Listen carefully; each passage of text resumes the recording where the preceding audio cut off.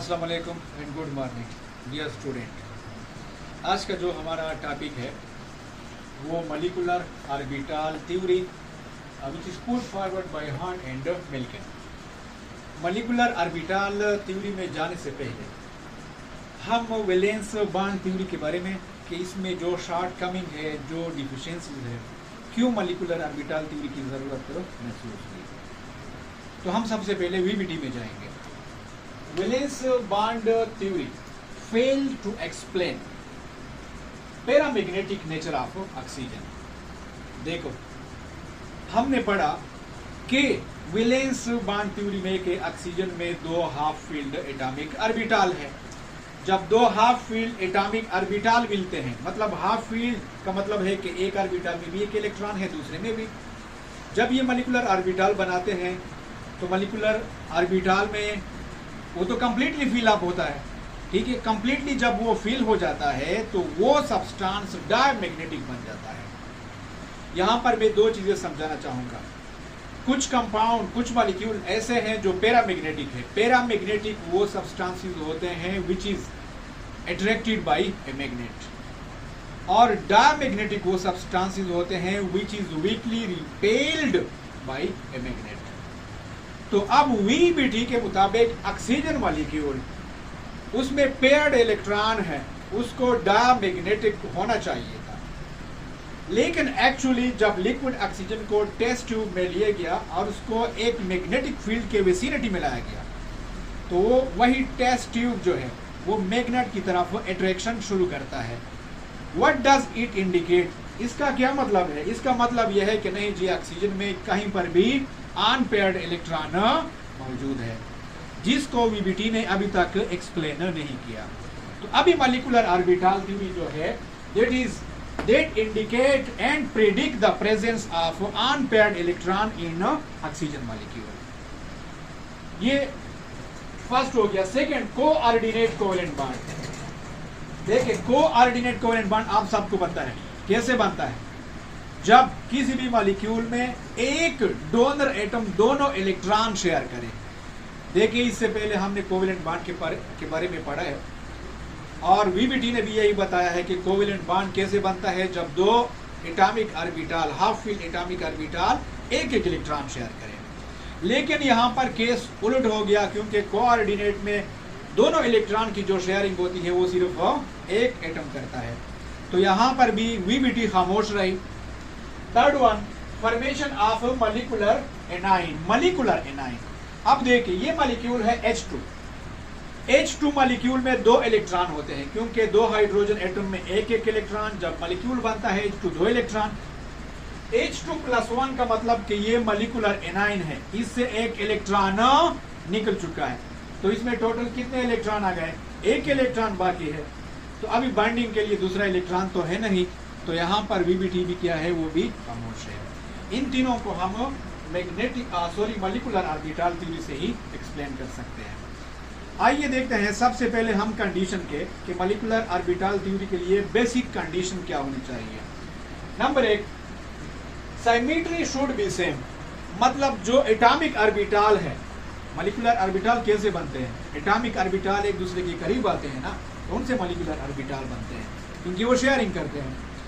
यहाँ पर है कि सिमेट्री शुड बी सेम, मतलब कि अगर एक एटम का px ऑर्बिटल है तो दूसरे एटम का भी px ऑर्बिटल होना चाहिए, तब मॉलिक्यूलर ऑर्बिटल बनेंगे। ऐसा नहीं होगा कि एक एटम का px और दूसरे का py या pz, तब मॉलिक्यूलर ऑर्बिटल नहीं बनेंगे। सेकेंड बात, एनर्जी मस्ट बी इक्वल और ऑलमोस्ट सेम, तकरीबन सेम होनी चाहिए, ठीक है। px 2px या 3px, इनकी तकरीबन एनर्जी सेम है, तकरीबन ऑलमोस्ट सेम है। थर्ड वन है इंटरन्यूक्लियर डिस्टेंस। इसको हम कोवेलेंट रेडियाई भी कहते हैं, कि नॉर्मली हाइड्रोजन मॉलिक्यूल में दो हाइड्रोजन एटमों के दरमियान फासला है 144 पिकोमीटर। अगर हम इस फासले को, दोनों हाइड्रोजन को एक दूसरे से दूर कर दें या एक दूसरे के बहुत ज्यादा करीब करें, जो इसका नेचुरल कोवेलेंट रेडियाई है, इसके अगेंस्ट हम जाए, तब भी मॉलिक्यूलर ऑर्बिटल नहीं बनेंगे। ये तीन कंडीशन हो गए। अब हम पढ़ेंगे टाइप्स ऑफ मॉलिक्यूलर ऑर्बिटल। देखिए, जब एटॉमिक ऑर्बिटल आपस में मिलते हैं तो उनसे मॉलिक्यूलर ऑर्बिटल बनते हैं। मॉलिक्यूलर ऑर्बिटल एनर्जेटिकली 2 टाइप्स के होते हैं। एक को हम कहते हैं बॉन्डिंग मॉलिक्यूलर ऑर्बिटल, जिसको हम सिग्मा या पाई से रिप्रेजेंट करते हैं। इसकी एनर्जी लेस होती है, इसलिए ये स्टेबल एनर्जी, मतलब इसकी जो कॉन्फ़िगरेशन होती है वो स्टेबल होती है, और इसको HOMO highest occupied molecular orbital भी कहते हैं। अकॉर्डिंग टू आफ्बा प्रिंसिपल, हॉर्न rule and Pauli exclusion principle, electron पहले कौन से ऑर्बिटल में जाएंगे? जिनकी एनर्जी सबसे कम हो। सेकेंड टाइप जो है मॉलिक्यूलर ऑर्बिटल की, इसको हम एंटी बॉन्डिंग मॉलिक्यूलर ऑर्बिटल, इसके भी सुनता है सिग्मा स्टेरिक, जिसको हम सिग्मा स्टेरिक और पाई स्टेरिक से रिप्रेजेंट करते हैं। इसकी एनर्जी ज्यादा होती है, इसको हम लोमो लोवेस्ट ऑक्युपाइड मॉलिक्यूलर ऑर्बिटल, क्योंकि यहाँ पर इलेक्ट्रॉन के पाए जाने के कोई चांसेस नहीं, बहुत कम होते हैं। अब हमारे पास MOD molecular orbital diagram, molecular orbital diagram. अब यहाँ पर हम प्रैक्टिकल कुछ एग्जांपल लेते हैं। सबसे पहले हमने हाइड्रोजन का लिया, हाइड्रोजन मॉलिक्यूल का। For H2 molecular orbital diagram है। इलेक्ट्रॉनिक कॉन्फ़िगरेशन है हाइड्रोजन की 1s1, दूसरे हाइड्रोजन की 1s1। कितने एटॉमिक ऑर्बिटल मिल रहे हैं? 2। मॉलिक्यूलर ऑर्बिटल कितने बनेंगे? 2 ही बनेंगे। इसमें से एक जो है वो बॉन्डिंग मॉलिक्यूलर ऑर्बिटल, और दूसरा जो है वो एंटी बॉन्डिंग मॉलिक्यूलर ऑर्बिटल। देखिए, यहाँ पर मैंने सिग्मा 1s लिखा है, वहां पर मैंने sigma star 1s। Sigma star 1s क्या जाहिर करता है? हमारे पास anti bonding molecular orbital. According to Aufbau principle, electron पहले कौन से वाले ऑर्बिटल में जाएंगे? जिनकी एनर्जी सबसे कम है, सिग्मा 1s में आ गए। H2 में total number of molecular orbital हमारे पास 2 है, और टोटल नंबर ऑफ इलेक्ट्रॉन भी हमारे पास कितने हैं? 2। अब हमने ये देखना है कि H2 मॉलिक्यूल में कितने बॉन्ड हैं, टोटल कितने बॉन्ड हैं। बॉन्ड ऑर्डर, बॉन्ड ऑर्डर का मतलब ये है कि एक मॉलिक्यूल में 2 एटमों के दरमियान कितने बॉन्ड हैं। ये कि हम कैसे कैलकुलेट कर सकते हैं? Number of electron in bonding orbital minus number of electron in anti bonding electron divided by 2। तो आइए हम देखते हैं, हाइड्रोजन मॉलिक्यूल में बॉन्डिंग ऑर्बिटल में कितने इलेक्ट्रॉन है? 2। एंटी बॉन्डिंग में कितने इलेक्ट्रॉन है हमारे पास? 0। 2 माइनस 0 डिवाइडेड बाई 2, हमारे पास वैल्यू कितनी आती है? 1। तो इसका मतलब है कि हाइड्रोजन मॉलिक्यूल में हमारे पास सिर्फ एक ही बॉन्ड बनता है। ये मोस्ट इंपॉर्टेंट है, इसके हवाले से MCQs आपको मॉलिक्यूल देंगे O2, N2, इसमें आप बॉन्ड ऑर्डर तलाश कीजिए। अब सेकेंड एटम है हीलियम मॉलिक्यूल। हम सबको पता है, हमें कैसे मालूम है कि हीलियम के डुप्लेट में ऑर्बिट में 2 इलेक्ट्रॉन है। हीलियम जो है मोनो एटॉमिक गैस है। क्यों? अभी हम यहां पर जो है प्रूव करेंगे। यहां पर He2 मॉलिक्यूल हमने लिया है। He2 मतलब कि हीलियम के 2 मॉलिक्यूल जो है ये आपस में कंबाइन होते हैं।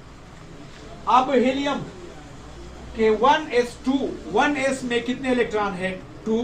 हीलियम में टोटल नंबर ऑफ इलेक्ट्रॉन कितने हैं? 2 है ना। तो 2 हीलियम, ये एक हीलियम, ये एक हीलियम, 2 एटॉमिक ऑर्बिटल मिल रहे हैं, 2 मॉलिक्यूलर ऑर्बिटल हमारे पास बन रहे हैं, और टोटल कितने नंबर ऑफ इलेक्ट्रॉन है हमारे पास? 4, क्योंकि एक हीलियम के पास भी 2 इलेक्ट्रॉन, दूसरे के पास भी 2 इलेक्ट्रॉन। तो चूंकि बॉन्डिंग मॉलिक्यूलर ऑर्बिटल में हमारे पास एक ऑर्बिटल मौजूद है, तो 2 इलेक्ट्रॉन सबसे पहले इस bonding molecular orbital lowest energy वाले ऑर्बिटल में आएंगे, और उसके बाद जो बचते हैं 2 इलेक्ट्रॉन वो कहां पर जाएंगे? एंटी बॉन्डिंग मॉलिक्यूलर ऑर्बिटल में जाएंगे। अब इसके लिए बॉन्ड ऑर्डर कैलकुलेट करें। Number of electron in bonding molecular orbital कितने हैं? 2। Number of electron in anti bonding molecular orbital 2 minus 2 divided by 2। तो हमारे पास वैल्यू क्या आती है? टोटली 0। 0 का मतलब क्या है? कि actually He2 molecule does not exist. Helium को हम अगर रिप्रेजेंट करते हैं तो हम इस तरह लिखेंगे, क्योंकि इसमें 2 नंबर ऑफ, इसका एटॉमिक नंबर 2 है, इसमें 2 इलेक्ट्रॉन है, इसका मतलब कि इसका डुप्लेट ऑलरेडी कंप्लीट है। ये मानो एटॉमिक गैस है, ये मानो एटॉमिक गैस है, ये बिल्कुल कोवेलेंट बॉन्ड नहीं बनाता। तो इसका मतलब ये है 0 बॉन्ड ऑर्डर। जब हमारे पास 0 आता है तो इसका मतलब है कि ये मॉलिक्यूल बॉन्ड नहीं बनाता, इसका मतलब है कि ये मॉलिक्यूल नेचर में कहीं पर भी मौजूद नहीं है।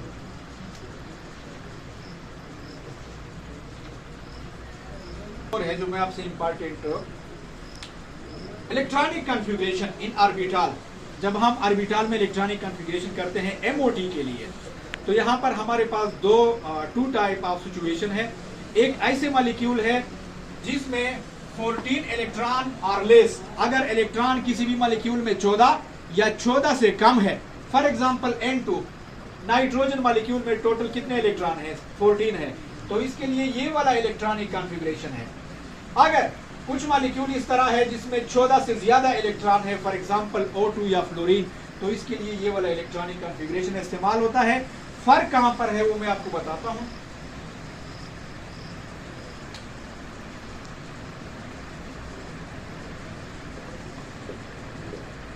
फर्क सिर्फ यहां पर है। तो आपने देखना है, क्योंकि जब आप ऑक्सीजन के लिए, आप नाइट्रोजन के लिए MOD मॉलिक्यूलर ऑर्बिटल डायग्राम बनाएंगे ना, तो वहां पर आप ये गलती नहीं करेंगे। ठीक है, अब हम नाइट्रोजन के लिए ट्राई करेंगे।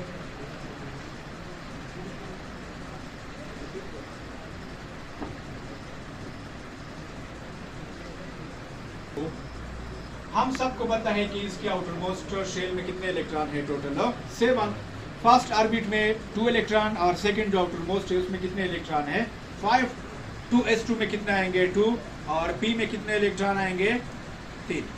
देखिए इलेक्ट्रॉनिक कॉन्फ़िगरेशन नाइट्रोजन के लिए 1s2, 2s2, 2px1, 2py1 and 2pz1।